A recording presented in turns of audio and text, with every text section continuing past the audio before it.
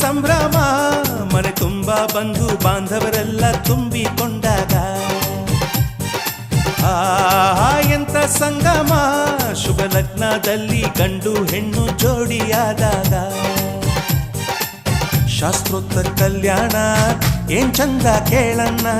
ಭೂಮಿಗೆ ಸ್ವರ್ಗಾನ ತಂದಂತೆ ನೋಡಣ್ಣ ಮನ ಬಂದ ಹಾಗೆ ಮಾಡಲು ಮದುವೆ ವ್ಯಾಪಾರ ಅಲ್ಲಣ್ಣ ಎಂತ ಸಂಭ್ರಮ ಮನೆ ತುಂಬ ಬಂಧು